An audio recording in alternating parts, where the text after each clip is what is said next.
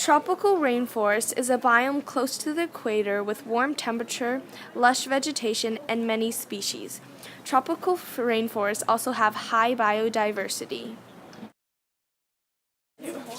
A keystone species is a species on which other species largely depend on.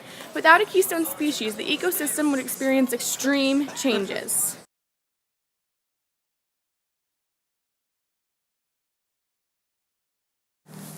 Our first keystone species is the agouti. The agouti is a large rodent, much like a guinea pig, from the rainforests of Central and South America.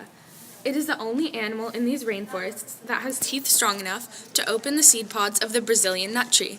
The first reason why the agouti is a keystone species is that by opening the seed pods, it helps the Brazilian nut tree spread its seeds and reproduce. The second reason is that by opening the seed pods, it provides a food source for other small rodents who can't open the seed pods themselves. Lastly, the agoutis have a large population, which provides a steady food supply for larger predators like jaguars. Our next keystone species is the orangutan.